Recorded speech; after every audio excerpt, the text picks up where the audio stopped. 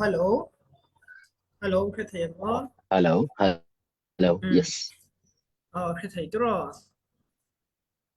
Ừ. Ừ, Ừ. thầy sao?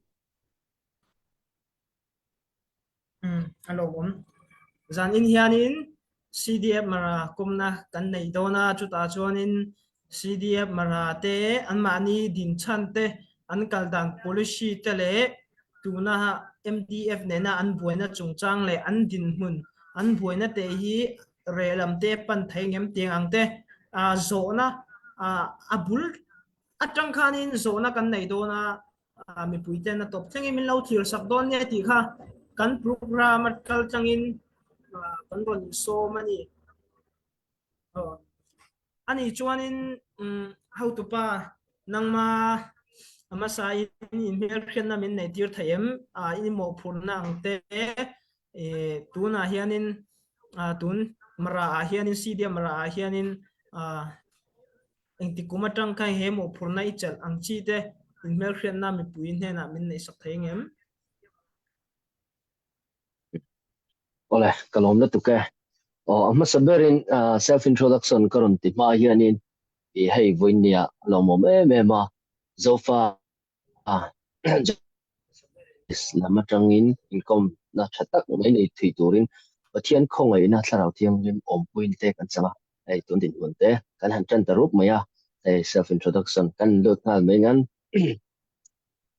ke ma hi Christian Bailey pasia khai kan ta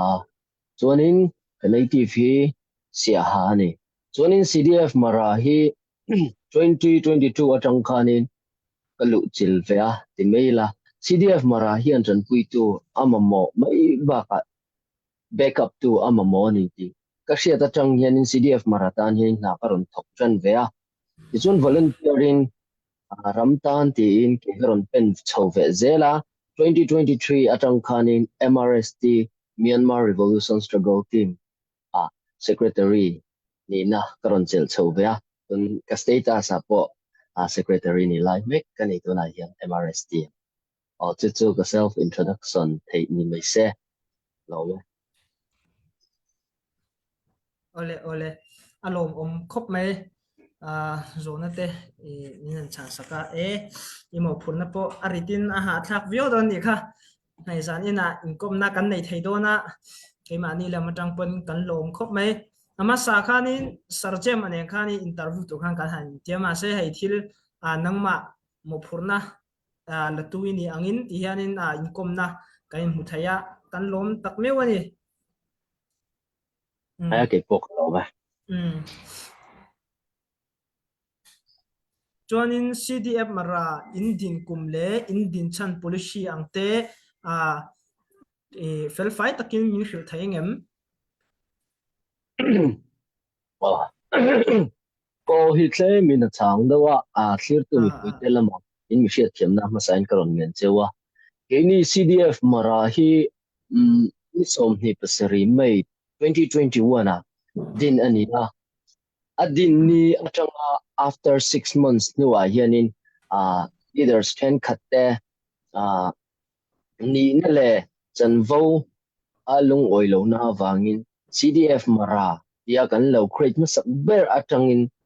pol khanan lo chuaka MDF di in pol dang khan ronding an rondin lea ikhanin CDF adin ku matanga after 6 months atang chuanin mara chuanin CDF mara chau ni loin MDF kha pol hiya kan lo om to ti kha amasan karon soidua chuanin CDF policy kan nei ve hi atama me ma se kalau highlight ho hi atlang pui ni dona kan income te rei latuk lo na arang lama han soi zung zung ang khani dona ker tu te pon min akaron ngen sak chone hey CDF marate hian in policy kan neya chu chu kum som sri chuang zet mai si pe ro rel na ma ram kai shoi na du lo lan tir na hian ya pakhat na chuan chuanin a pahni na chuanin miong lai ina mi pui ku ta ro rel na min lak sak du lo na awangin si pero rel na le to nei ni hi ti top turani ti ani le a tuni na pathum na ai hianin Myanmar ram hi federal democracy ani theina tur le Myanmar mi pui Chin ram mi pui Ismaraland ram mi pui zong zong ten federal democracy hnuaya thlamuang le ngai ngam taka kan len za theinan ti ani le a chuani na pali ni hi mararam hi tun ma chuanin township township pathuma kan lo om thina chu chu afia zok nan ka lo sui zau lok on kan policy a om tho wang khan ka ron sui zau lok dona kalewa than matupi tia te hianin a mara chi le kuang te hi kan om darnel nuala tun Chinland Council thar tang hian chuanin Lailand pi lialai pi township pakhata hianin mararam le nam chi le kuang te chu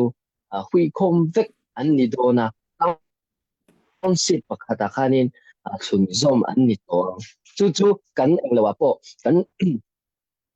tuna kan policy a hianin atel ve wangin chu chu kan policy lo tling to ma se kan la ran mu mal thei ri lo kha ni ta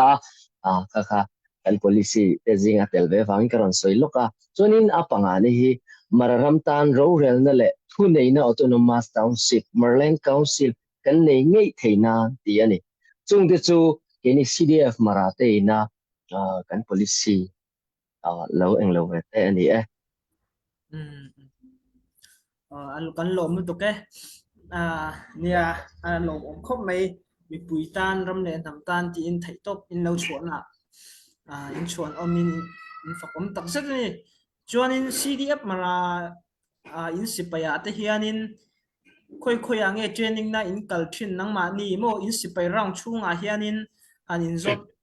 le hanin zot thuk zel tai la chuta chuan in sipai te a hianin CNA a hian training in vakal nge ni ya CNA hian training in penge nang ma ni hian training in penge in sipal rang chung kal dan vel te he mi hil thai ngamo izona function kalo me ni ke ni CDF mara te hi apoi mo ma he mi zone hi mitam takhian an lo shelo thina ke ni CDF mara sipai te hi chon kan training na hun dar chu CNA yani top CNF headquarters a hian ania CDF mara sip kan training na hun hi CNF headquarters a ania nikuma khanin mi somnga parukten training lo tling takin an zo to bokani chuanin CJDC kan timaya special force hi ashan pai CDF mara tang hin kan nei le ta chung ho tele an zawaya han sei chuan mi zathum chuang dai an nia aza chia ero hi chu han sei mai hi rem lo na lai hi oma achan chu CDF mara new defense CDF mara defense te a hini new members an lo om mawangin an za chi an members za chi kha chu exactly in ka soi thelo an ma se zathum chuang hi CDF mara a kan oma ka chon kan training na mun ver chu CNF headquarters ani ti kha ka thu kharna ni se lo chonin izona pakhat kha kan mang hil tre pa ini CDF mara te hianin training hi kan pe chuak ve a chu batch 1 2 3 4 thleng hianin training kan lo pe chuak ve to bok ani ti kha izona kan chan na che ni se ka lo me alom om khop mai angai nom angreng khop mai chuanin CDF mara te hianin medical team ang deuh te hi nang mani hian in neim health department medical team ang te hi mo in medical team ang te din huna te hianin dam lo te pasal tha te dam lo hliam ang te eng ang chin nge hliam tur te an boi pui ve thai an mani thiam na an zir na ang chi CDM ang chi te in pelut ang deuh te an om ve thayem CDM ang mo nang mani CDM mara hianin enge nang mani doctor lama health department lama hian eng har sasat na nge in nei ang chi te eng tinge tampuina in don ang chi deuh te po min hil them ole keni CDF mara te hian in health department medical lam hi kan nei tlat lawa ela hi poi kan ting ke ma ni pon kan ngai mo ma kan si pai ten enge hliam an lo tur tum ten le an lo van doi tum ten han en kol dan tur te hi kan tan so har sa thina ni lai len pi kan ti lia lai pi khwa hianin nurse te anoma chung ho chuan volunteer khanin a thlon in min boi pui sak thina ti chuan an mani an ti thei phak bak pia lam kha chu hun hlataka hospital sizo an ti maya ta te chuan kan pan thin ta ti chuanin harsa takin ke ni chuan kun kan hmang thin ani ti kha karon sei du health department lampang health department lampang medical lam hrim hi chu ke mani hian kan nei lo ti le an kol dan tlang pui chu chu chu ni ole alo bom nu tu ke chuanin nia nang mani lama pon se medical te han nei theula adu om khop mai chuanin ti hianin CNN ne hianin ra ten lo do na sa lai lem pi miu sur si pai te po kha thi chilin in si pai te kha ni va bai ta tiang khan in CNN ne te hianin lo thok tlang na sa he ti la hianin nang mani hi in si pai te ne hianin CNN si pai te ne in tho ho da nang te mo eng ting nge chi chia rang ten in thok thaim in chip chia rang te in thok ani chuan in tho da nang te mo ral thum ang deuh te po ni se in mamo ang chi project ang te po hi an ron supply in an ron tampui thei chau em ti che kha CNN in organization emahamek ang deuh te mo in nei ang deuh te shu thei em halai kha thok ho na ti khanin han soi shi ga du na chu thok ho na ti khanin fum fe lo la tu ka a chan chu te mani CDF marate hi CNA te ne na thok ho ang khanin hei kan hriat pol lo nan kan soi zau lok ngan mimala kan thok ho na ti na lam kha ani lowa ma na tang to alliance lo ni to Chinland Council hnuaia om CNF le CDF te chu hun khata om ho kan ni to chu wangin Chinland Constitution dan angin CNF le CDF te chuan Chinland ram tung zonga boina siam emo Chinland do tu te emo hi kan do le ta yan CNF le CDF ka chu misang thok ho ni lawa khat kan ni nangin atul dana zir khan ram tan kan fe choka ram uite himnan anin pui ton thin tiang zong khan lo sei ta mai la ti chuanin kan thok ho na karon chan ban ni ta semo chuanin Chinland Joint Defense Alliance Force ang hianin kan in zom thata de tuna hian chu tiang bukin siane hianin Chinland Council ne na in zom ani awangin alliance fek kan ni security lama hey Chinland ram chung zong a hianin mo phuna pek fek kan ni a chuanin ram chung zong a hian mo phuna an lak vek awang khanin CDF maratan pon ni se mindat CDF completely te po khan alliance pakhat kan ni na ang kanin kan mamoda na zirin kanin chan puin lu chum ban chum huan min ti khan kanin puiton thinta ni chuanin kan hnung thla lok ala rei lowa kan hnung lok ti maila CDF maratana an lo luan chuat to na ate kan traffic ngan CNA hianin ral thuam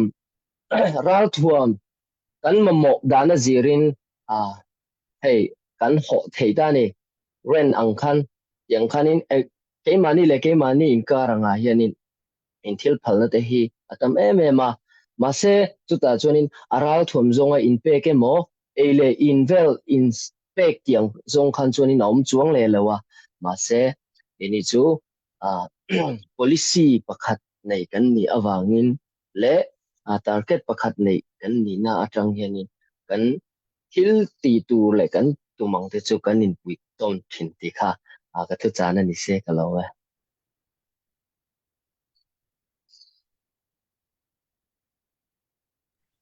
alo bom nu tu ke ni chuanin tuna hianin chin state hianin lo om ta CDGC hun lai te po khanin mà hà mấy mô xin nào te tìm khăng khăng ka CDGC thì khanin an lo phuei ta thì khanin kham bia phuei si te po khanin tuna Chinleang Council on din nu khan CDGC ka ti khan chol ta ni ta khanin CDGC hun lai ka chu in thok ho vet ti po kan lo hria kan lo chia tuna hianin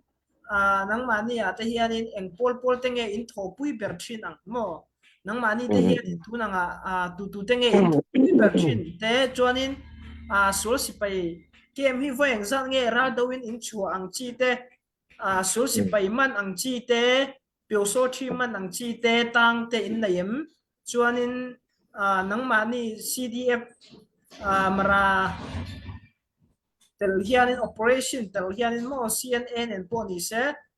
ai pol po ni se CDF pol khang khang po lo ni ta se in tho pui te nen khan sol si pai kem hi eng zang nge in lak sak ve thei to police station ang chi te eng zang nge in lak sak ve thei to ti te kha nan khil le theng em ya mi pui si pai tim ti mai la kan u now CDF lo tu te chuanin CDF zo tung CDF zo pe CDF sen thang CDF matupi CDF than tlang te hi ke mani CDF mara chuan kan tho pui de ber te an nia chuanin indo pui te hianin CDF mara hianin mingin voi riat chu kan lo fe chuak ve to ni ramtan mo lu chum ban chum huamin ti khan tum riat lai chu kan lo long chuak ve to chuanin ke ni CDF marai na kem kan lak thei a kan soi ve thei om chun chu tuna ismarlena khopui bera kan soi lai lailen p camp kan ti kimi army camp ke ni CDF marai na kan lak thei chu ani kan hoa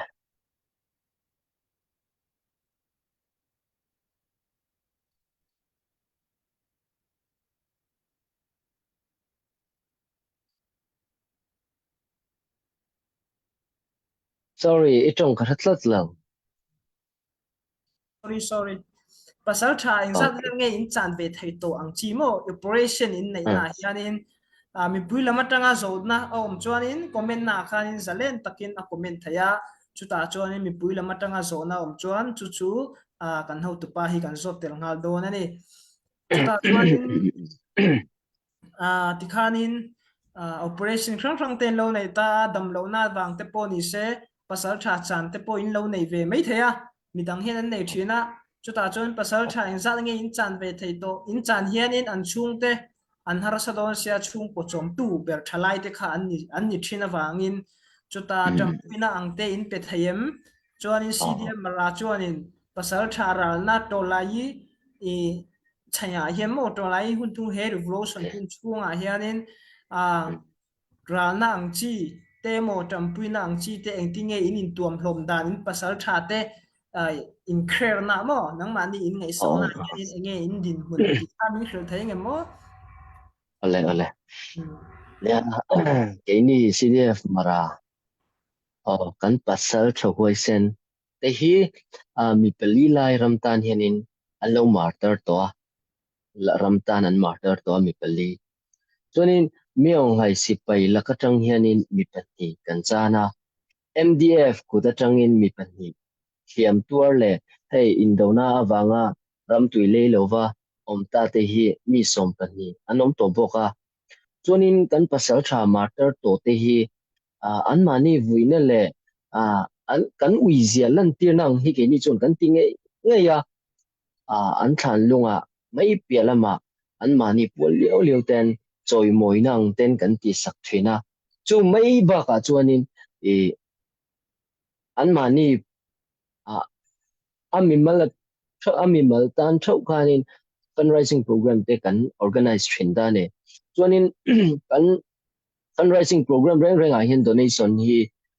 pathian khongai na zara atla nem thei khop maya eni mara mi tlem te manila ram mi puiten mangai na te an nga me ma kan ram that na na lo martar tu te tan chuan kan ei chun poi ka pe me yang ti hian lo om le thina chung ho te wang chuanin Burma MMK 100 lakhs emo atlem bera chu chuanin 50 lakhs te hi kan sipai huaisen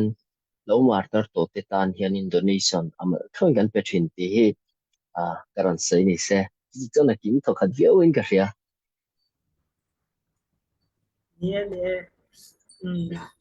Martar from tuổi lâu mi som bát nhị tên ông thị tê rồi xoay cái rùa chăm đủ khóc mấy chút tòa cho nên nắng mà đi làm bộ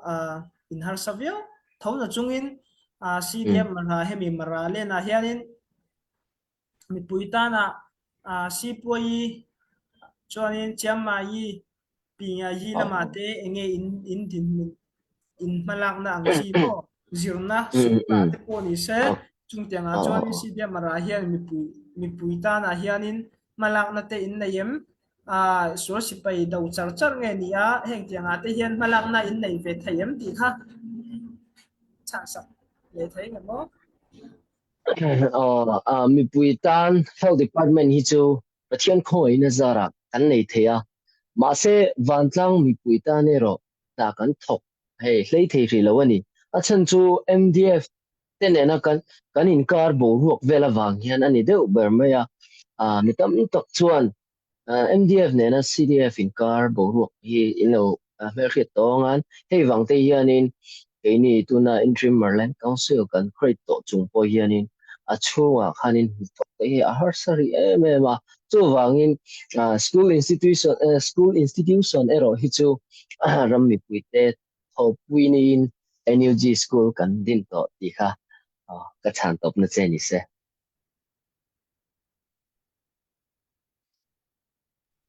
ole alom om nu to ke ni en chin khan in MDF khai ron soi langa nang ma ni CDM maralam kan han zo chuan in MDF kha an tel lo thei lo wa chu ta chuan in mara le na om tang kha in lo nia chu ta chuan in unau nam khat vek chin chin nam peng mo chin fa te vek kan lo ni ta chu ta chuan in chin nam peng mara nam in lo ni ta chu ta chuan unau in lo ni na khan in tiang hian in unau in thana iti mai tiang ngai soi chu thiam har khop mai he thil chung chang hian in ta chuan in CDF marale MDF ne hian in policy in an lo na te engwanga ke nge in ni mo te kin nan chuan in mi pui lama tang chuan CNA wang an ti athen chuan AA wang ti te po kha o ma ni khang ti khan chi krang khang o ma ma se atur tu chu mara te in ni mara mi pui te mara thalai upa te no pang te in ni chu ta chuan in CDF mara le MDF ne hiana in boytran tir angchi chip chiar takhian min khil thai nge mo ole nya til hi angia langana han sei mai hi a tharing ka ria ma se le la ma chunin MDF women son ve reng te hi anuam lo na la hi om ve the mo ma se til chu ani na ngin ki chung ka soi thlap do na MDF ne na kan in thendan le kan in lung wal lo na chan le kan in do na chan ber hi chu kan policy le kan alliance inang lo in an lo bang hi ani an ti la chu kan soi zau lo kan ni CDF mara chuan kan policy a chuan miong lai hi kan do ta ni mo miong lai kan dawa federal democracy fight chu ngai kan tum ase MDF policy chu khatiang kha alo ni lawa Myanmar sipai le miong lai do dal lo tu ti an lo tlang au puya do dal po ni la kan hne chuang lawang ti tein slogan an rom tia mo chunin Ismarlen ram chunga hianin silai ka rik phal anil lo an ron tilea tikhanin an charter ron lo tikha atam em mani ma se zong za chol ka soi vek lo mengan an mani ka va soi chet tumna lampo ni loin thil chu ani nang ka soi top ngan mararam kum him an tina lai hi chu a tha chu tha ya mararam chu an hum him tur ani mo ram leilung fa kan ni chuanin kan ram chu kan hum him tur ani chu chu tha chu kan ti cái ni CDF mà ra thế pon chu kan ti mak mo kan da kan hum hin tho ma se cái ni chuan với ni a hianin ramtan tin ram that nan tin mi ong hai kan dawa cho nên mi ong lai hi kan ne thei luang ti hi với khát mà kan ka tang in chuak ngai lo an ni chuan khat yang kha an soi tlat lo đâu dal mai la kan ne thei chuang lawang ti thum hangin an ni chuan slogan ten ron au chua puya khata tang khanin ke ni nen chun kanin air sak to a chuanin CDM anti maya in shove vek chu garinga kher tu mi pui lama po CDM ti lo tur CDM ti to ten non CDM a lo chuin le vek turin ti in a lo campaign le vek ta khata tang chia khanin ke ni CDF mara le MDF so kan policy in an lo zia in person zia kha alo lang so chia ta ni CDM ati ho chu ke ni kan ni ta ma se non CDM chu MDF an lo ni ta ni chu tunin an mani ang thoin ha kha te matupia marami pui then khat non CDM an nom na chan po hi MDF ho an om wanga ni ze mi lo chuanin mi ong lai hian in institution school hi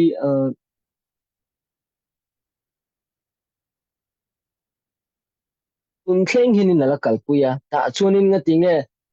non CDM ho hian an la thok reng kan ti chuanin tuna MDF ho an mani an mani ho an policy ani ti kha kan soi ka soi kan soi diwa mi puiten har satna in to chuanin MDF in action kan lang non CDM tan eng ma hlo turom lo ti te khanin an ron campaign thina khang te wang khanin mi pui tam takhe CDM lo ti to te po non CDM a khanin anin le pha a jang khanin MDF khalon thang chho zela tunin gan policy nan lo na chu khati khanin aron fiang hal main ka khia mi ong hai si pai zinga pakhat ngun chung lian kan ti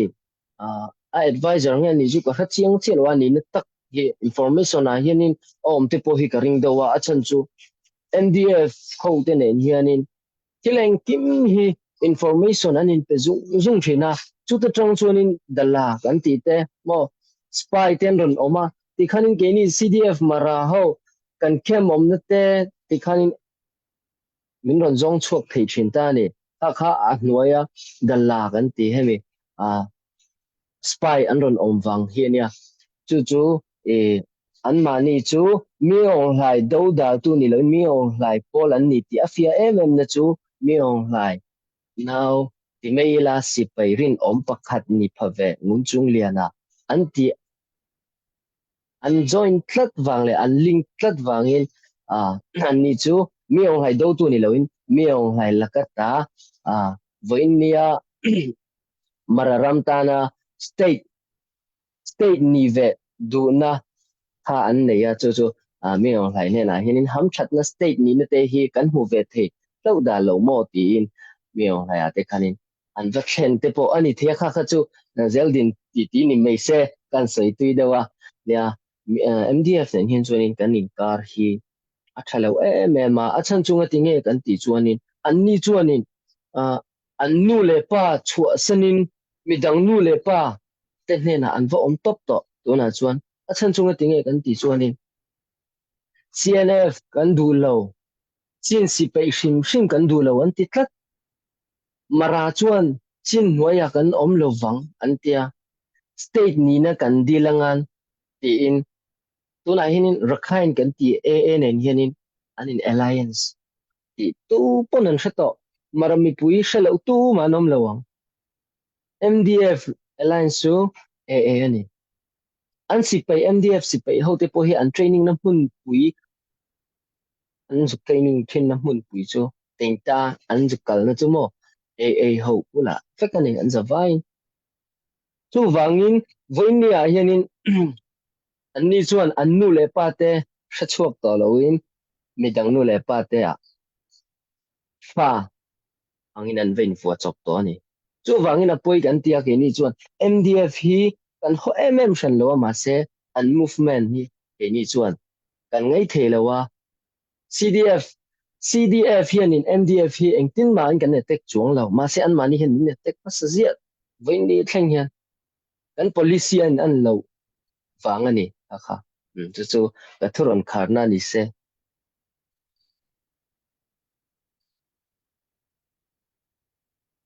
alo lu tuk ni e kan hriat ngai lo te po ti khan min hrila chuanin i MDF chuanin SSC miong hlaiate anaute member rampum thu nei la tu an ma ni hi do lo turin MDF chuan policy an nei tina ni mo ni chuan an ni chuan miong ngai hemi miong ngai SSC hi kan do lo wang kan do pon kan ne chuang lo wang ti kha an so wai thing von top to wen nia mo miong ngai do hrim khan tum lo an ni tan chuan chu chu yeah ni chuanin han zo chho han lu thuk zelila chuta chuanin CDF mara khami an ron ka ma sa chau MDF lam hen ka ma sa chawa boitan tervel mo boitan tin policy ang lawa nang ni insurance si pai dawin dua an ni insurance si pai daw lova nin chai lam kan du ve thunga ani thayam ka sei so lo tu lia MDF chuta chuanin AA ni hian lo thokna sa aral thuama po ni se khami nang mani an baya cheu khanin AA sipai antel antia he thila hianin AA sipai antel nge tel lo ti kha nang ma nge khanin min chan sak thengem nia MDF nen hianin kan boi chen tir ni hi policy vang kha ani do top maya kan vision te pon yang mo ai nang lo ma chumi pia lama alliance hi alo nia matinge kan ti chuanin MDF ho hianin min ron run thina ke ni hianin MDF hi mara defense force ania mara kan mara pui kan una wala man ni kan tia kan do ngai lo ke ni hian engtika ma kan la run chin ei lo bok tu chu pathian kon min hriat pui ti hi chiang hoi sen takin ka soinga ma zani na hian ini CDF marate hian kan do chu pakhat chia mingong hai che kan do kan unau pa kan do lo ke ni chun mo ma senga tinge ka hriat thiam lo em cho MDF te hian ni ini CDF marate hi min lo run thina ni chu min lo run na piang hianin AA ho rakhain sipai ho hi an om nge sel kumin kum tir lam pokha ni se la ni kum top lam pang te pokha ni se AA ho hian mararam hian lo phang ve nel nual to ni ome amarami pui te tong kamatang te pon hriat tor tam taka omang chu chu alom ome chuanin kan so na te min chan sak zela khang te ang te po kha mi pui lama tanga so na kan don te po ania chuta chuanin CDF marale MDF ti khanin lo in kap ta ti khanin CNA te po khan lo kap ti te po kan lo hria chuta chuanin he thila hian CNA te hi a in nam toyam ti kha min chan sak thei ngamo nia hetia min lo ka ta min lo runa min ron vei ta ka chuanin ke chu ni china mala ma khan karon sei to ke ni CDF marate chuan kan alliance chu CNF anita ne chu sei to ang khan ke mani in emo midang te in emo kan alliance te boina an neya mi pelma ten an run emo an ka pani chuan atul apoi mo dana zir khanin kanin chan pui ve vectrin keni MDF ho ina min lo run chum po khanin CNF lama tang ten la CJDC lama tang te khan kan unau te khan chane ngai takin keni mara ram ho savak lo te tan hianin le chum ban chum huamin te khanin lailen pia te khan min ron pui boma kalom mani ti kha karon sei du ha bo kani chemical tlang hian ole apoi khop mai nie khang tiang khanin lo tang rol ta lom chuanin MDF leng khanin ti khanin in lo in kap thin ta AA te po khan à tel ngei ta chuta ừ chuanin MDF hianin sur si pai kha voi khat ma ala do lo iti na em mi chin an policy ne nai soi ta na khan ồ anh mà ni tất nhiên chuan anh là đâu lâu thì chuanin ring chu mi ta va mu lo hi chu wai ta ka va soi hi chu a harama se ke ma ni anga kan do ve nge ani ti fia na ang le affidavit an nei lo ni chun mo hey approval an nei lo enga tinge kan ti chuan ke ni chu mi ta mu thein le benga hriat thei khopin lailen pi le lai pi armu kem so CDF marahin kan la ta a chu chu ke mani CDF mara chu teina ni loin unau te chan puina zarin ti khan kan dawa SSC si pe chu kan nu chuak ta ni ma se MDF te po khan an kap chu an vakap ve ni ome ra la tangin ma se mi pakhat ma chu an la that lo ani ome se don dan khan chuanin hanin zot zelila MDF nen hianin an ron kap ta khata khanin no chua kha intum ang do bora kharon so sang ta zela khami lai len pi ya so si pai an om lai kha chuanin engma boina em hi om lo ta inka bel hi om lo ta lai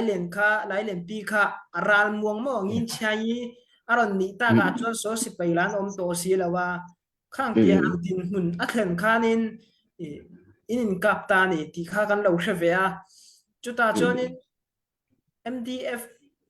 atang hianin voyang sang yen ron ka cheu mo ani le thau chu min ya chu ti chuan min ron ka pa chu min ni chu mi tha ti ang chi voyang sang nge in ka to ang chi chuanin nang mani in MDF hi MDF yen ron bai ma sa chewa nang mani te hian in bai ma sa in bai ma sa ni chuan eng tik khan nge in bai ti ang te record na ang te new sa hianin han hu turi om ve thina ni chu ta chuanin hay chu ani ngem o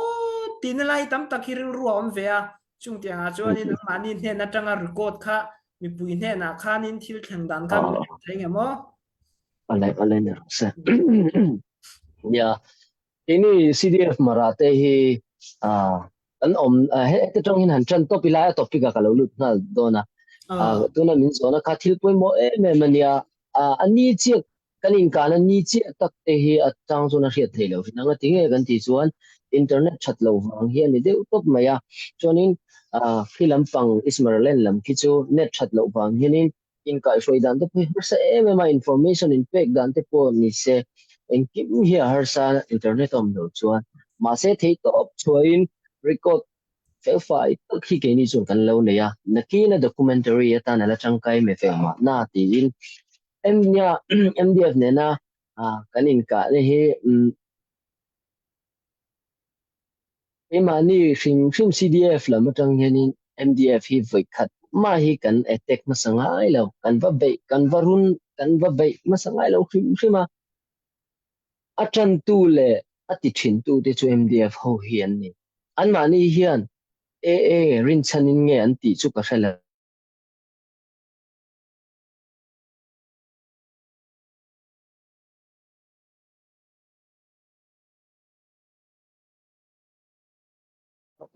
ania si pe rin chan na si pe thachak na rin chanin pe ni CDF mara te hi min ron bei thina ni chu chu an mani hian min ron kap ma sa thina date ni som ni panga March 2022 nge phiata kan ti maya kami khwa khanin min local chila min local chila an mani khanin kan pasal tha min ka hlum sak bok ani apakhat na tan MDF ho hianin kan si pe huai sen kan pasal tha nun na min lak saka pakhat chuanin mi panga lai mai khami ni ala la khanin mi panga lai mai chu thiam na tak tuarin ral thu he ram tui lei lo kan tiang hianin min siam sak to bok ani mi panga lai khami ni a vek khan mi pakhat min tha saka mi panga chu rolban lawangin venia anom pha mi pangai MDF ho wangin chuanin date ni som hi pali January 2024 a khanin Lailen Pia bin ron run le ani ta chuanin CDF mara pasal tha pakhat athia mi pakhat hiam tur min siam sak le bok ani date ni thum February 2024 a tho po MDF le AATN min kap le a CNA mi pali lai an thia mi pani in siam an tuara chuanin date kha ni som panga February 2024 mala khwa kan tia hianin min kap le a CNA mi pathum ta chuan an thile boka chuanin MDF le AAT hianin tum li voi li lai chu min ron kap to min ron vei to tina ni chu MDF le AA tang kop ten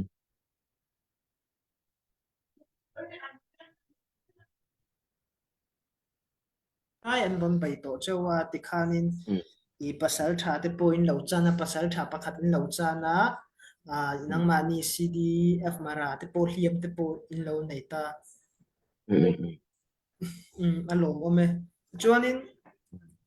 nia CNA pasal tha te po khan lo chan nual to he thil chung chana hianin om tlang in ni na hianin CNA lam hianin pasal tha in zang yan chan thei to ti kha nang mani meu ne tawin khanin ni na ang khanin min khil ve thai ngemo CNA hian cái ni CDF maratan hianin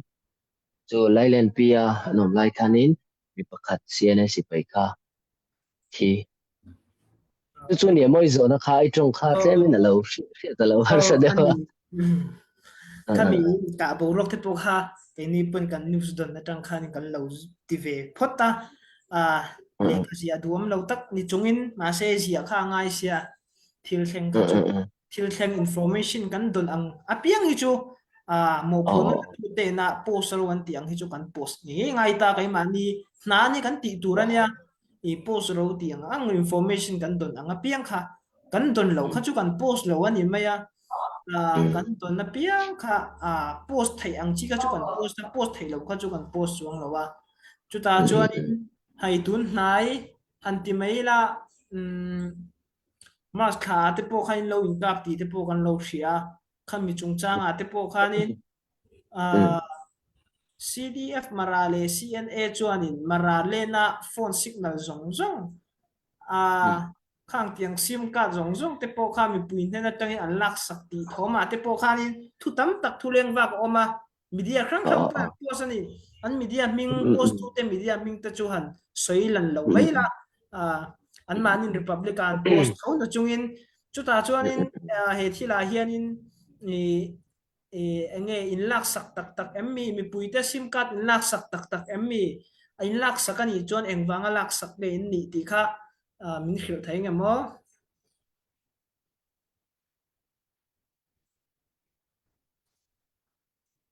hello thì khan hey cái con khol a ron lu ta chu wang ani kha ka ti pal tu nia zo na kha kan thang ha mai chengan na cái ni CDF mara te khan lo thei lo na wangin mi pui zom tak tak te an sim card kha kan lak sakani chu chu kan soi fiangan enga tinge kan ti chuan bei kha kan tok to sia kan si pai ho an thi to bok nen hliam tuar kan lo nei bok nen le lama van doi na nge kan chunga ron thleng nge kan si pai then khat hliam tuar an lo oma ti khan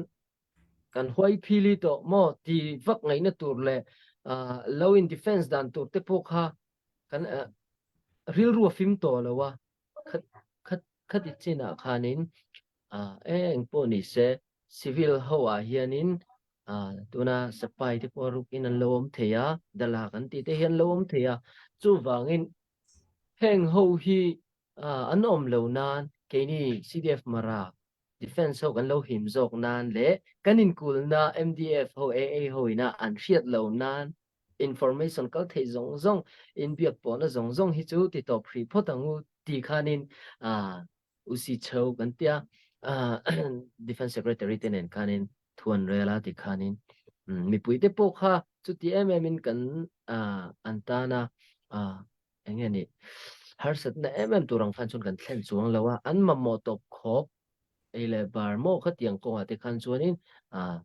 kan ngei to sak vek tho phone kha chu sak mi biak theilo tur khop mi biak thei to lo tur khanin khap mai la lo theilowa mi biak ngai na nga khan chun ke ni chuan sipei khan ate kher le vek tho ti kha ran sai được kha la ni alo om lu tu ke ni e khati lama kha chon nang ma ni din puna tang po khan han thlir kha chonin indem om khan lo ani mo indem om khan lo nun na hi chu a hlua dik tak chonin kan chin mi hring pakhat no te po ni se thalai po ni se pakhat in chan po hi au yom em em a chan chu nam tlem kan nia chu ta chuanin nun na ai ta chuanin engma te khin tlak om lawa khata kha khanin alik out thu khan ni lo te po khan alik out na sata wang khanin zan in a khil fian na min na ya a zo om khop mai chu ta chuanin marale na hianin mi pui te ne hianin lo om chil ta mi pui te ne in ti thiam lo ang deuh te in nei em ani lo po in mi pui te ne hianin ang takin nge organization in kalpui thei ang chi te nang mani mi pui marale na hianin chin nam peng mara nam ho hian te hianin an support chau em mo khang tiang ang te chuanin tuna phei chuanin MDF lam hi mara mi pui te an support hlei zok ti te po kha thu te po kha kan thil po sa po ni se trong kam ti ti leng vak ang mai hianin thu hi om ta chau mai ni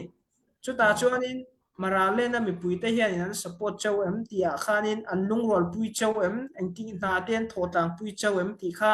mi pui lam in ram bo rak nen khanin mi khil fia sak themo ole nia pathian hian za nga ya ke ni CDF marate kan lo din tir phatata voi ni thlenga kan kal thei na chana hianin engwange kan ti chuan apakhat na chuan pathian in minom puya min chen chil wang ani tila kan soi sual lawang chuna pani na chuanin mi pui kan ta na beidong du thak lo tu mo min chana ke mani min support a kan mammo kan eile in tur ni se le kan silfen tur kan kan mammo hrim min boi pui tu hi mi pui an ni ta heng ho wang hin voi ni thleng thei kan ni ma se mara a chuan marlen a chuanin pol hnia kan om ta ka wang hianin a then chuan MDF lam an tam zok ti ten an lo soi thin chulai chu kan soi fe lok ngan MDF lam hi tam zok na chan sia om ngatinge kan ti chuan India mara om veleta he nitlal lampang tlak lam mara kanin tia chu India mara hianin ramhroi tu ten MDF an lo crate tir hianin MDF ho hianin policy diklo tak le dot mang hianin pol an lo chua puya CDF rel na tel ngalin CDF ka an lo pu chetopa chunin ke mani sia ha lampang India rama mara ho ramhroi tu te bulan ron chuk tha ti khanin thu ni lo pui dik lo pui mang khanin an brain khan lo was vecta ti khanin all NGOs elam sia ha lam te khanin MDF thu soi kha an bank khon masak le MDF aron din chia atanga founder te anga an ron tel pui to wang khanin MDF kha chana lo na to sian mani tan khan nitlak lam sia ha lam atang mara ke ni India mara ti tan chuan MDF kha an mel hret masaka wang khanin CDF mara kha an boycott data ni ma se tu za chuanin ngatinge an boycott top ti kha aron om le a ta chuanin an boycott top na chan hi kan policy tho kha lo ni le ta ni chu kan policy kan vision te kha ai nang lo la tu ka chu MDF chu sia ha India marain an support lata chuanin Ismerlen akhianin MDF supporters in CDF mara supporters antam zo tuna hianin pathian khong aina zara village council hi tuna hianin Marlen council lama 2210 man la ti khanin ram mi pui ten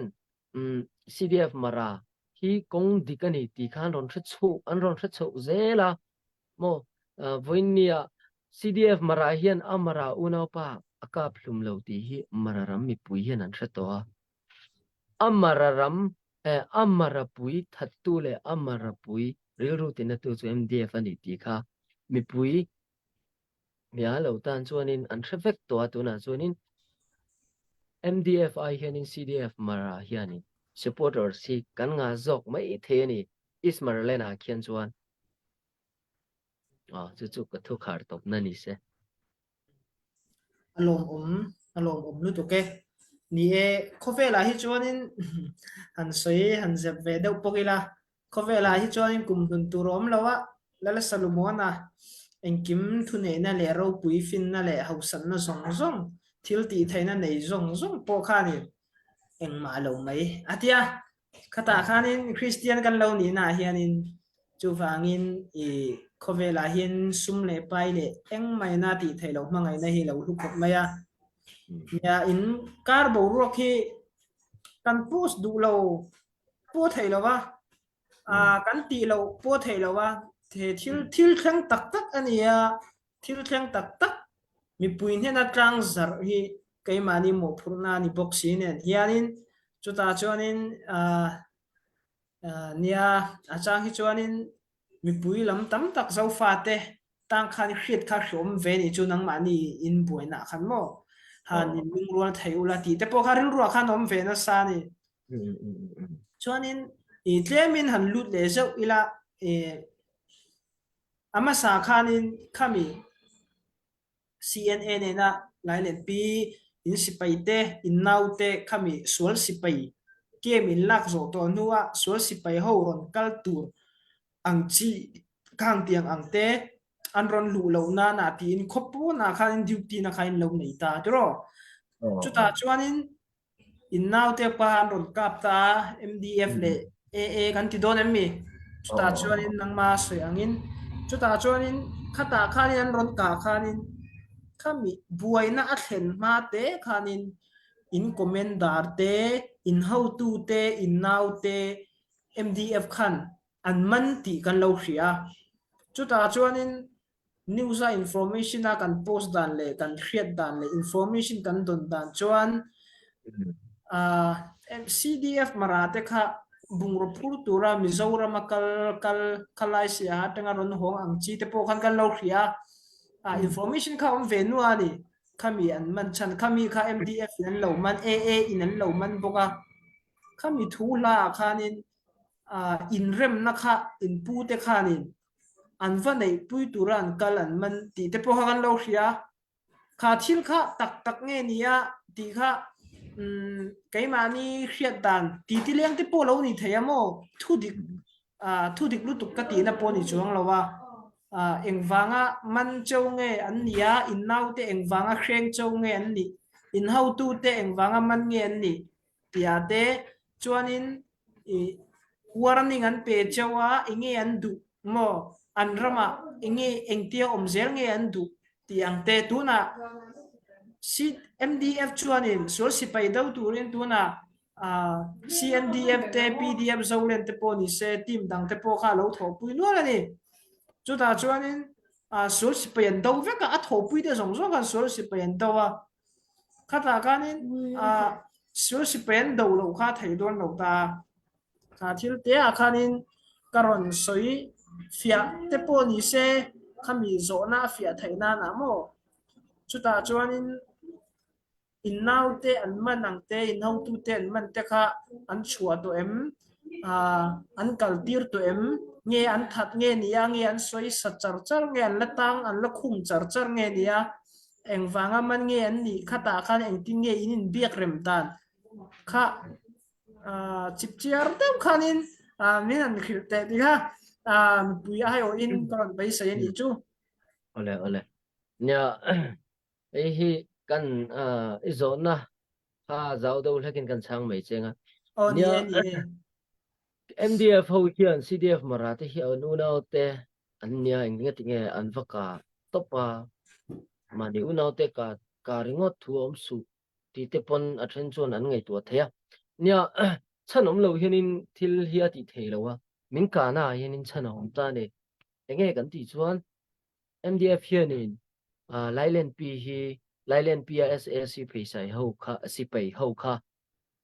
tum khat nge tum khat an in ka ria o ka ria chuan lo chuan a chan chu an mani lam kha chu ka va hret pak lo wa ke mani kan activities e ke chuan ka hra pha a midang activities ka chu ka vein rol thuk la tuk lo wa hianin ria chuan lo chuan in SSC si pei Lailen pian om lai khanin vai kha chuan ka ve nge in ka ria an ka dan an tang po khan Lailen P khi an mani hian ne ve a SSC si pei hi not kian ve chuan tu maniang ma se ke mani CDF marate kuta alo oma wangin ke ni CDF marate khan SSC si pei kha ti khan kan do chua ka chuanin SSC si pei kan do chua tang chia khanin an mani khan min itsik le ka ti don nge ni heta mi pui ho kha dot vulhum hlir khanin an ron soi pui le hey Lailen P kema hianin CNL bertong maraho chu eng makan ni tolong min ra bek angan kan chi le nam in chim ral na anganiang ti te khanin mi pui mi mira khanin dot vulhum khan soi le tlatta khata tong chi khan mi pui khanan du le lawa tunge mani ni na te ra be suk duang tu manan du lo ma se kha kha thil ni lo tur kha mi puya dot khan soi ta khata tong chi khanin mi pui then khat te khanin CDF mara hi ramlen nam zuare chuti khati ti te khanan ron soi tran khani ngala ta tang khanin an mani khanin le lai pi kama kan om khi min itsi ka wang khan min ron ka thuta min ron ka khanin an du tok mai lo kan naw te kan sipai te min man sak le ni an mani MDF na ke ni CDF mi le sa min man sak to te hi mi pasari an nia defense lam hi panga min man saka chuanin civil mi hi mi pahni min man sak tok bok ani chuanin min man sak ni atanga voini thleng hianin an mi man ho hi min lo la chua sak la an chin chang po eng ma kan la thei ri lo o chu ni se afia beu in ka ria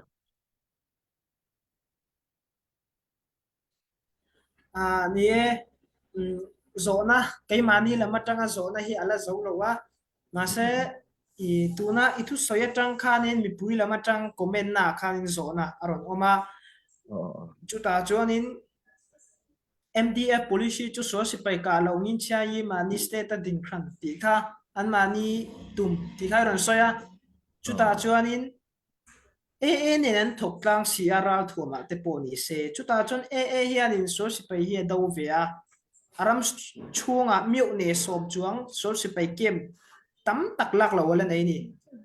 hian ma se chin ste hi ron nek ta fak maya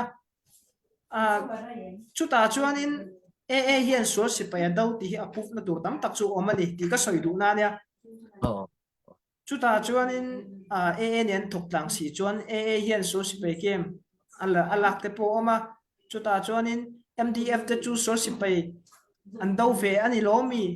tiang te po khan zona oma mi pui lama tang comment na khan tu na mi te a khan min chan sak theng emo ya lam hi chu an do lo chu ka ti lo ani ching ka soi po khan hi chu nia ado ve chuanin ramtana MDF si pe marami ramtana meong lai do anom ve tat mo ma se MDF tak hi chu rama ka in sonang ati chuang lawa nen engting agreement an nei tak hi fin fi na ni chuan kan nei lawa ma se miong lai hi kan do lawang chuan til lawa ma se do po ni la kan ne chuang lawang ti slogan khan ron tlang au pui tlat ta ni khami an ron ti chin atang chia khanin miong lai an do lo zia kha chuan ma ni khan an soi ngal vek kha word sentence khan a soi fia vek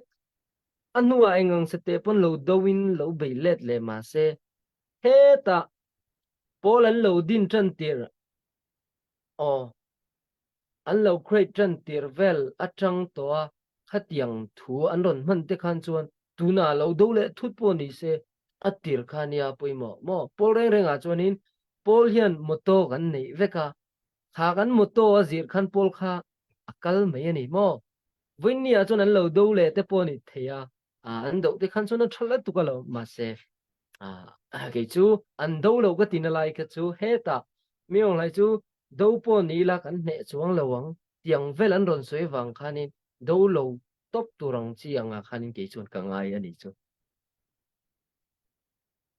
nie mi pui chana te ron chan saka lo khop mai chuanin hei comment la lama tang zona ron ma tuna ka ron zo le na question tu na hianin a in rem cha a in zone cha mi pui lama tanga comment na tanga zona kha I tuna hianin ka zon na ni mai sela mara le na hianin MDF mara thau an lo ma chuanin CDF mara thau an lo ma chu ta chuan mara ve in nia mara CDF mara chia po hianin in ti thei don lawa MDF chu po an ti thei don lawa in mamo ton in nia chu ta chuanin he policia hianin in lungrual theinan in nangmani sipai an man sak chau po voin ni thlangin in how to ten man te po MDF lam hian la chua lawa in now te po an lo ka pluma ram tui lei lo win an lo om na then chu ta chuanin nang ni lam kha chuanin tu ma MDF sipai lam kha in la ka hlum sak lawa chu ta chuanin ru chu an na ve do na in tan pu in ru chu an na ve wang nun na hial in lak saka hroi tu te in man saka vo in ni thlanga han chua du lo chu mo in ru chu an na don ti chu nia chanchin kheta tang hianin kan feeling pui mai kan ti don mi kan tur pui kan khet thiam pui chawa MDF lam hian ru an na lo ka ti na lam ni lo vin chu ta chuanin maralen mi pui ta na thok tur chuanin in tho tang hi angai hrim hrim ta chu ta in tho tang thainan policy ang te cha mat ang te malak na ang chi te rongbol tu atang te mo pastor tang te mo ti ang te malak na ang te in na yem enge in din mun tunin bawrok ang te min khil thayem nha cái tiếng cái ni mara Paul nia kan lo om sina hian rem na thu vel hi soitumin chúng hi thum vel hi chu foi tu cái ni CDF mara lam foi tu khan bik te le MDF lam le delicate India mara lama tang te khanin an lo hoi hota ti khan thingtlang khua rem chan lai lai ate khanin ani mukho ma rem na thu te le okay ni Ismarland chunga mara in fight reng te ya thalawa ingtin nge una wanga tran hawa kanin pum khat thiang ti te khanin ke manin kara palai na te khan ron toka hei min sui rem khan tum thin ani ma se policy ain an miau si lo wang hianin với ni thanh hiền thì hiền cần lần này này thì khăn cái suy cái trang này mau cái chăn lâu mà mau ole akhiat thau ve tu na hianin pastor lamin malak na an nei ma se polisin an lo wangin din hun malam hun hi la sai thei chong lo tia ding ani mo ni pastor mai lo po ani lawa all NGOs te po ni se le political party lama tang te po ni se hey India mara te hianin hey Christian pui mangai na mo o khatiang atang khanin khai chimlam Ismarland lama kan unau te hi hetiang zona dik thelawang ti in rem na thu thei top choin min ron soi pui min ron soi rem chon tum ve thin to mo chu ke ni CDF mara te chuan nia mani u le nau te chu kan holowa kan ti boi chong lo chuanin kan policy an ron joi du si lo chuanin enge kanin do chuang lawa in rem vak pongai lo tin kan rem sang ani mero sen mani an ti tin ti sen mani omin ro se tin ngei ngam doin kan oma ma se khami kan u nau ten ni kan tia Christian kan ni na tanga mangai na kan khir lai reng khan le ngai ngam taka thin thia kan mutlan khan en ni chuan kan chiat rup na duin mo kan in rin lo lanin min ron run ta ni khat yang te khen le zel khan chuanin pastor te po ni se NGOs lama hroi tu te po ni se rem na thum soi min lo soi pui thin to ma se CDF lam kan hroi tu te po an lung ani to chia lo wa tun din hunang ha pe chuan ke ni te chuan kan nom hle hle a kan thil ti chu mi hong lai do ania mi hong lai kan do na ngati nge mi hong lai si pai SSC ang maya ke man ni min ron do ve ngota ti ril ru kha kan ni to chu wangin e pastor te le ram hroi tu te ina in rem na thu min ron thlun puyan tum thin hi wen ni thleng henin ang lo thei lo ti kha ala success thei lo ti process thei lo ti kha karon thu to karon kharna ni ro se ole alom om lu tu ke khatilam khachu han in du to photila nia khati rong kha zo na om na dia chu ta chuanin I hanin zole dei la thu dang te han pakai ta ila ka tong kha thai dro ka thei de ka tong kha thai dro chu ta chuanin tun chin lang kang siu ding a hianin mara le na tang hianin CDF mara te hi wen chin ang te in nei mo hai par minister ang do te nang ma ne in nei thayem an pe thai cho em chuanin sit te in dong ve thayem chuanin chin lang kang siu li ang taka poi mo nge CDF mara tan le mara mi pui ta na hianin ti kha nhưng mà đi trong khai đi hệ revolution cả là hiện anh nghe đầu ruộng anh tất cả mà son năng nghe thiền bùi thầy thì khám như thế mà nia Chinland Council here running to Chinland Council a hianin ke ni marafa marachul atanga chuak mitam tak din hun tha om hi an oma an ming chu nang mani pon in thlom ngotangan pudot an ming hi chu ka soivek seng longan ma se ni na tha chan vo tha le MP te po ni se kan lo nei vek to a chuanin sipei lampang defense lama te po ni se puthet ni te kha mara ania ti chuanin an mani lo te po midang salai boikung kan ti te po ni te po mara mi ve kan nia maratana na tho tur mo mara ram that na tura ram shuai tu te tel phave tam tak sia Chinland Council a hian anoma chuanin Chinland Council kha enge apoimo na iron ti kha kan chang du lok che Chinland Council hi eng tiang chia poimo nge iti lai tak kha ti han kan soi mai ngan Chinland Council hi apoimo ema apoimo na nga hian apoimo zia hi kan hriat fia hi angai mani anga tinge kan ti chuan revolution hun laia kan revolution ti lai mek achak zual theinan hianin apoimo mani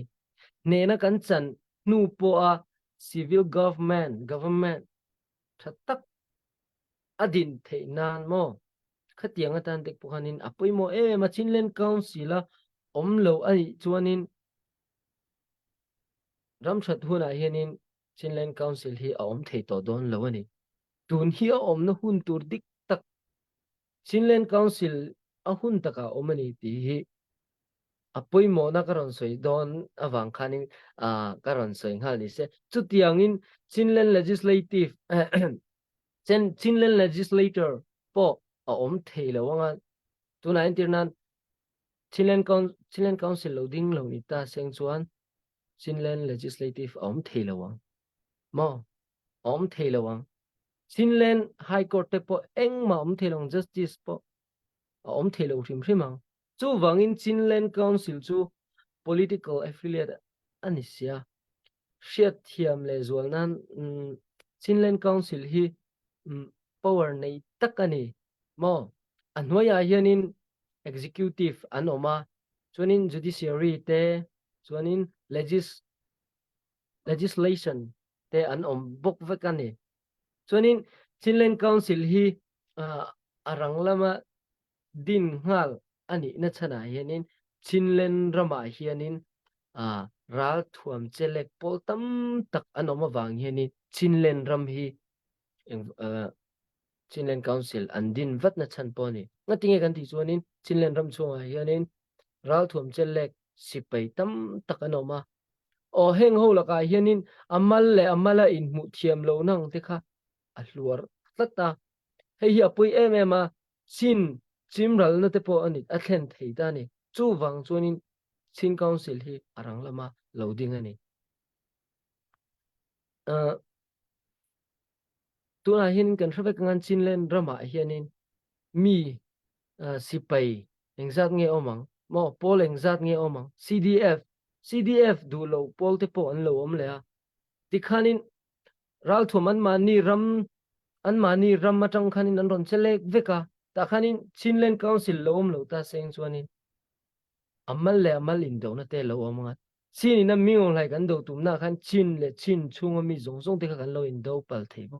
chu wangin Chinland Council a din a om hi apoi mo mani ei hi chu chin mangai tu le chin tana thei top chho mi tan chuanin ati mak mo le apoi mo lai hi a hriat thiam hi apoi mo mani voinia hianin Chinland Council omlo sang ta selang chuanin defense tin mo ramtin defense te pon ni se ramtin hianin miong lai ka dawe ti ma se financial an boy vek don Chinland Council omlo phei chun mo chu wangin sarkar lai pui Chinland Council hi adin nge yangai ani government legislation ti chuak tu te judiciary ti chuak tu te mo sarkar noya chuanin defense ministry chu anom le vek tho defense ministry chuanin enge ti anti chuanin ministry noya khanin CNA te CNF te kha tikhana kai hroi le vek thina ni chu wangin Chinland Council kan ti hi chu adin nge hi angai revolution tina hianin thil poimo takani tran rual ni hi chakna ani angin Chinland Council a chin ram le nam te kan in pum khat vek theinan hianin ngai tuana kan man howa Chinland a din ta ka chuanin chin ram chin len ina a include rama om ho kan chuan voinia hianin kan nu le pa kal tlangin kan thil tum chu kan ti turani ti ril ru puin chin ti hi join ni shela wangu ti kha ka thuron kharna ni ngal box se kalo yeah alo khom mai Chinland poimo na kha yeah lom khata kan kal theina ania chuta chuanin tuna he kan la lungrual hri lo taknan tuna comment na lama khan mi pui lama tang khan so na ran oma tun kha chu Chinland Council poimo thu so na ania tuna chuanin CDF marale MDF marate in ti poina chan kha kan kir le lok anga khataya zo na ka siam mi lo zinga mi pakhat mi pui ne la tang comment na oma ngin na oma chuta chuanin he zo na hi min ron zo ta comment na tuna hianin MDF lam hian mara lam hianin tuna chin hol ba dar an tia chuta chuanin kan u naute CNDF te PDF zolen te CDF mindat te CDF kampelet te an lo ni ta chuta chumi zinga MDF an lo tel ta MDF na hianin in ti thiam turin in berem turin policy po in ang lo ma se in kap to lo turin nang ni so si pai dawin in dawanga an ni in an dulen dawangan dulen daw lo nga kha chu an thu ni se khami in rem tura in kalvel boro ka khanin tuna hianin kha boro kha a chele ta an ron ka chowang khanin he thil chung changa hianin nia zona zel in han kalta ila than in lo in kap le don vak taula malam huna emo warning na ang emo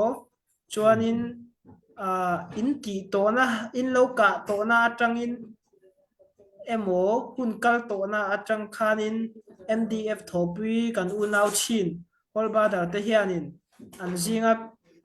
team dang te hianin nangma ni CDF mara te hi warning na angte vo na angte in lo ka ve chuan ti ang chi emo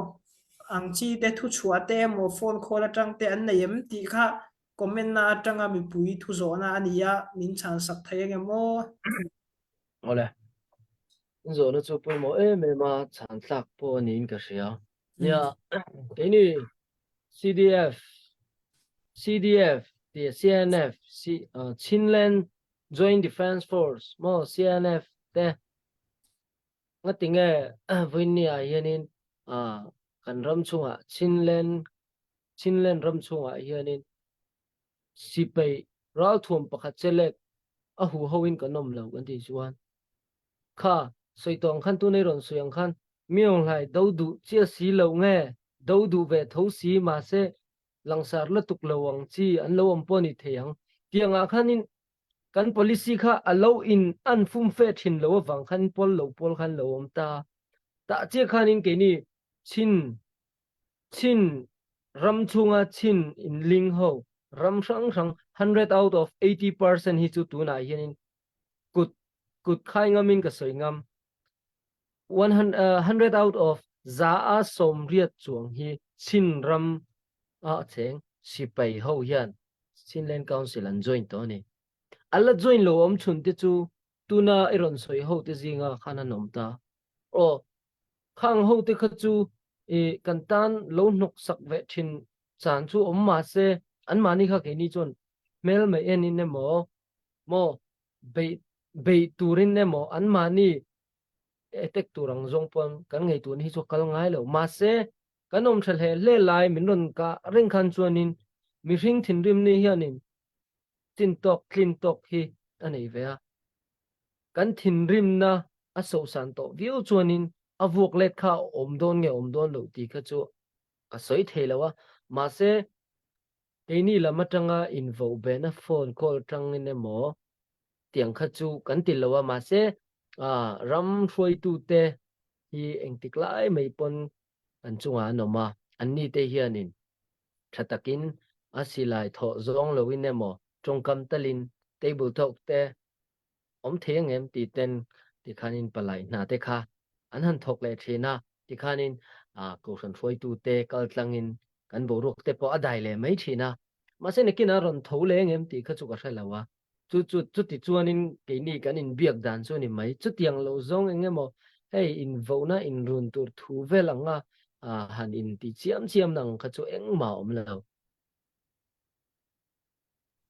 ye alo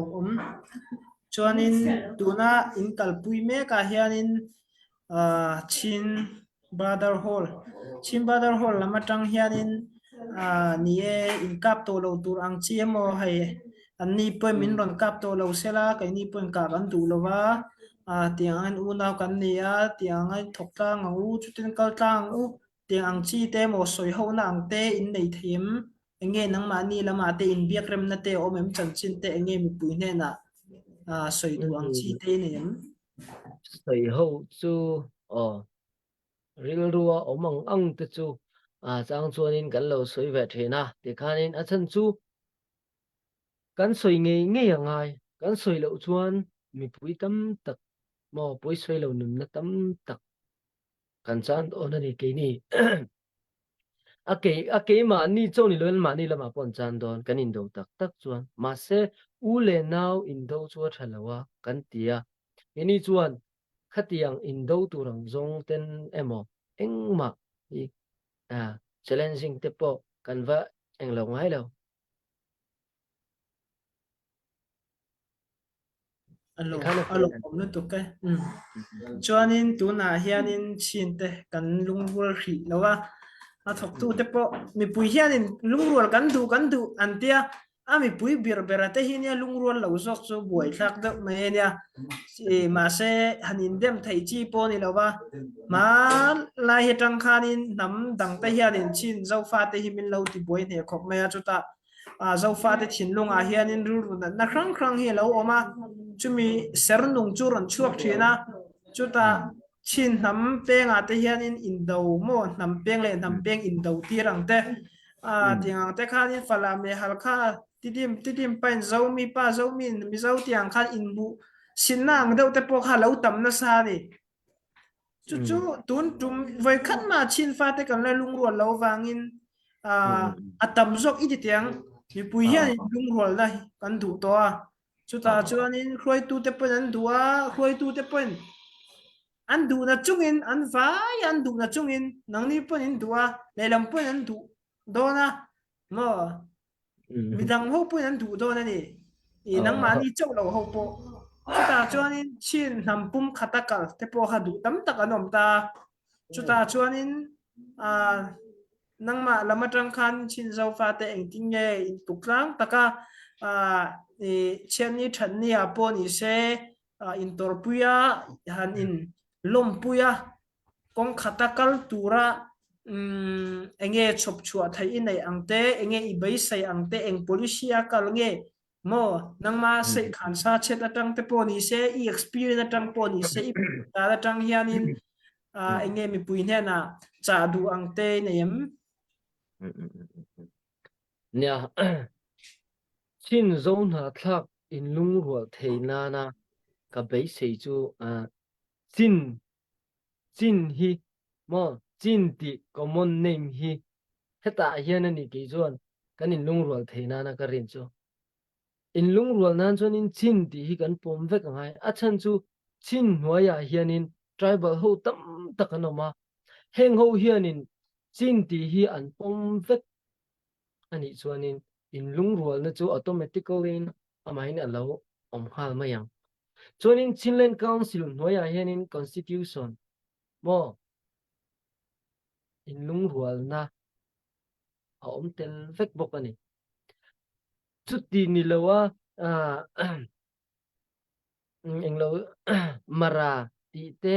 zodi ti te wal ngoram ti te mo mania kan om khan reng chuanin lungrual na tlang chu kan lon lungrual na tlang a chuanin a hu ho ning ti ka ma kan lon chuak the lo kan in lungrual the ngai lo bok chu wangin common name a kan nei mo tuna under Chinland a hianin kan oma kan pom chuanin in lungrual ni hi a om theang aron om the chawng cha tiang chuan Chinland Council Constitution hi engtin nge an sak kan ti chuanin township le regional base ani chu Chinland Constitution tia an sak chu ani tilai te hi ka bel lok du chu Chinland Council hianin aram chin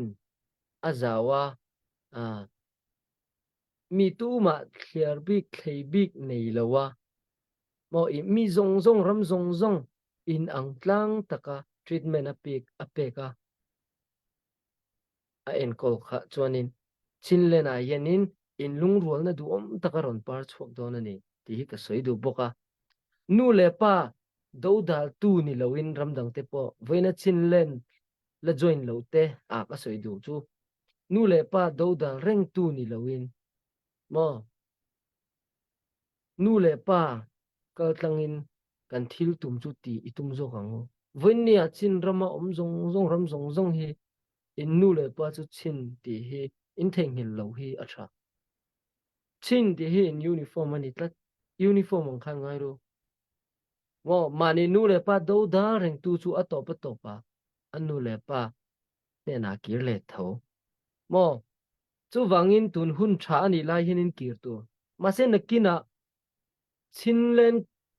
Chinland Council ron kal zel se le ramin thatlam lo pan se Burma ram Myanmar ram ina Federal Democracy aron mu huna chuanin inu le pa kaltlang na thiliti lo poesia chu aron lang kha nakina kan nakina tana kan lo don tel kha apoi mo mani tun na kum le tan chau don su kan fa lo la piang tu kan tu le fa te tan thui takin zau takin kan don tu ra ni chutia kan ti chuanin voinia hianin in lung rual ni hi har mi lo sin chuanin in lung rual lo na hianin hroi tu pakhat lek wang te he lo ni du choka nang hroi tu pakhat khai poimo lutuk nang ma wang khanin in lung rual na aronom thei ti kha reng la nang ma hianin in lung rual na inuna lo keng tel nge ngeng che revolution hun lai hian ani lo chuanin chin chak tak ni tur kha nang ma wang khanina chak taka om thei lo thei ti lai kha karon soi du ni chuanin nu le pa ang chunga tanga mani thil tum ti lo ram kan om ni chuan tun hi Chinland Council hian a welcome cheu tuna hin 100 out of 80% khan an join to ka ti to kha akhun la tlai lo wa an welcome reng cheu ti kha ke wa khal thangin karon soi du hal bok ani chu i tun a karon soi thei ni se lo ma ye alo om nu tu ke iron soi adang po khani tha muang khop mai tika emo chuanin pathian hen rem te la ti nga kan fa in hui khat fuanin kan la in lung rual sa leang ti te po hi falam tong ina kan sun mang ro ri si an tiang do vel khania chuta chuanin policy nang khata han kala hlom khata han om thei hi achak om thei to khome he thila hianin khuai tu rang in va hianin khuai tu tim rang te po hi in poimo tlang hlia khuai tu te in mila in thol ho thei chuanin mi pui lam hi chu kan thla muang em mai zela khuai tu te in min lo hi chuanin mi pui lam ru hi adong chang om ve thina a ha chang om ve thina a chang le ru na chang om thina chuta chuanin nang mani tho ho zel na he so si pa in do le zel na tura po khan ne na in chan zel thei le in tho ho zel thei na po khanin du sakna koron han te po ani bok ngalanga chuanin a to per na tan hianin nang ma enge CDF mara lamatang hianin tlak cham ang chi temo tun tarin tun to lai ka sa atang emo mi puin he na cha duang te ngen duang te fu duang te mo lom tu soi na te po ni se mizoram lam te po ni se enga po chu ni se nang ma tha iti di idu du soi theina hun karon pe cheni cho ole kalom la tu ka phone hi kan keng hal dei nge phone call here on lut thina min lo se thiam ram te ole khong te ole kit ole nia ke mani CDF marai na kan tlak cham ber kan tia ka ke ma ina ka eng lo ber chu voin nia hianin ram in rel bol na ko nga hianani achan ber chu MDF ho ina an ra langa min do reng wang hianin interim Marland Council atang point ni se public lama society vela po ni se eng na ma thok thelo do dal tu nei reng chung chuanin administration akal thelo administration tak tak po akal pui thei tak thin lo MDF le CDF mara tia po nia kan om china phei hin chuanin fundraising a takngil po hianin kan in lung rual to lawa fundraising ate hianin achang le an mani lama an muthan achang le ke mani lama ti khana ni to tunan tinan CDF alo ding masa berta CDF marahi voini thleng hianin lo ding chang ni se pol ni lo omia lo ta se CDF marahi kan din mujo thawe viawang pathianin ka soi swal omte min ngai dam ta se CDF marahi kan din muna thang ti ka soi chiang ngam pol ni alo om lo tai la July te chu amarami puite pon min lo thirngan janina hian min lo thir tu nam chuan an thia thiam po ka ring ma se pol hnia kan lo om tak chena chuanin fundraising a te pon ni se tlak chamna mo soi tur om nual mai kan mararama in do nu hun arei mema miong lai si pai cam SSC cam lailan p lialai pia kan do zo vela khanin ya MDF awen khanin nasataka kanin do le hal zo char mo o khata tang chi khanin tlak chiat na kha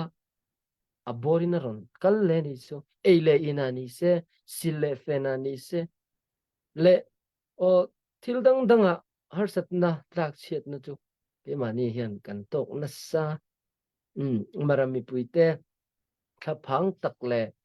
mang ang takin min siam sak boka chulai te po chu thil poi mo do me nia venia SSC si pe chu mararamanom to hleine ma senga tinge kan pi le pu te kan u le nau te nau pang kan nau te nga tinge venia thin thi in mut buan to ngam lo kan ti chuan MDF ho khan min lo kap renga min lo ka khanin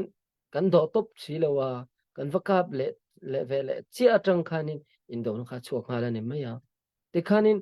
Burma si pai SSC si pai miong la si pai om lo chung point ke ni mara le mara apo kan mara civil mi pui so om tak tak te po tin thi nan mungam lo nia he hiang ngai tu om lutuka mara ina kan tlak chiat em na lai chu mangai na kan nei lo nge ni kati mangai na kan tlak chiat po kan tlak chiat pakhate po ni thinga nei mangai na nei ta elang chuanin miong lai si pai berom to lo te chuanin enga nge ke ni ule naw te chu kanin do renga atang kai lo letuk ni na awang te le din mun awang te yanin ke ni ai kal masa kan pi pu te hi chu izader talango ni na du luat wang le chan volungoi lo wang hianin ram hi ti chhalawang ti hi ke chuan ka soi do ni Merlin Council kai hruina East Merland chunga hianin thamuang taka constitution zulzuin ram kai hruai hi venia hianin kan mamo berani chu chuanin chinlen ram mi pui nena thu tha keni mara ho thu tha kharon fil don ani chu wangin mara mi pui ho ina kan ngai pui mo tur chu keni mara ho hi mangai na kan nei reng thina kha a aina sa zokin ilon chuatir le zok to ngu vini tang chuanin mara le mara indo to loila voina ram thatna na revolution kan ti na a lo tin ma hi chu ram tan tin thei top choila miong hai chu lungrol thekini do tlang zok mengu ti kha karon som na chu ni pa se Chinlen Council hi om lo ani chuanin Chinlen rama hianin harsat na men lo public ate a thleng thei ti te hi kan hriat vek ngai kan ke ni chin ram mi pui zong zong chuan chu wangin Chinlen Council po hi apoi mo la tuka chumi rual chuanin chin chunga cheng mi pui zong zong kan in pum khata kan in lung ruala kan chan ho chuanin nakina chin chuan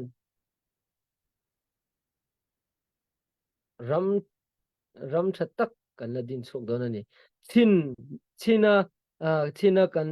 fa te lo lo om tur kan tu te lo lo om tur ten chin ram hi an lo luanga chin ram thatak an selian thei don ani tutian om theinan chuan voinia nang le ke hian revolution kan ti na hianin diktakin le mangai na nen in lung rual na te mo in pum khatna kan in pum khatna lungpui nget ni turin chinlen hi kan translata chinlen tana kan luan chho hi angaya kan ti mak mo ani ti kha chinlen mi pui zong tana ka thu chan hun ber ninghal boxe kalo me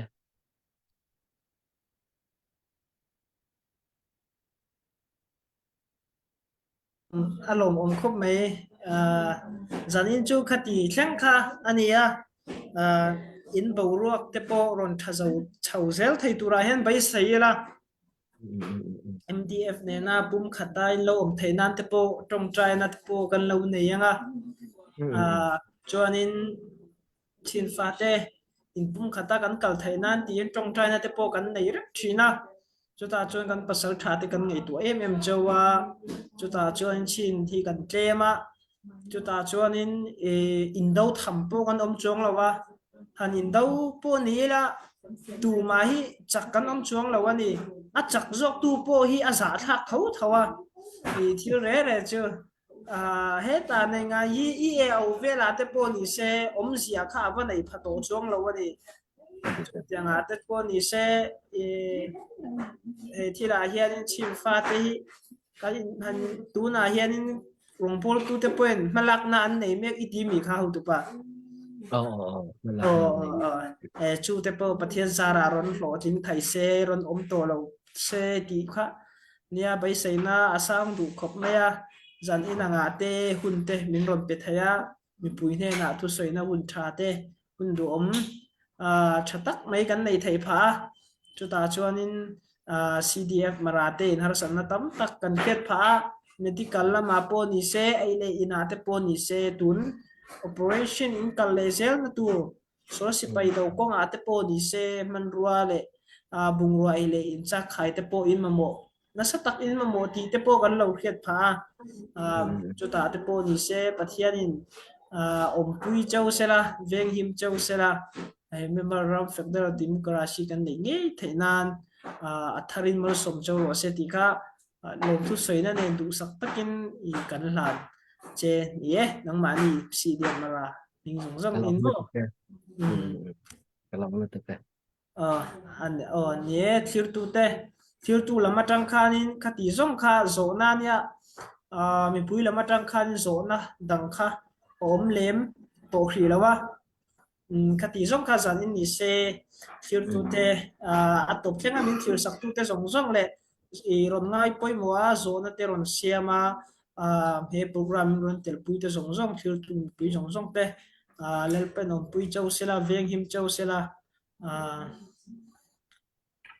kan pasal tha te ta na te po ni se trong trai na tam tak kha trong trai thu pui tu te po kan khiat pha in zawa in pui te zong zong te le thlir tu zong zong te mi tui mang tha tha ule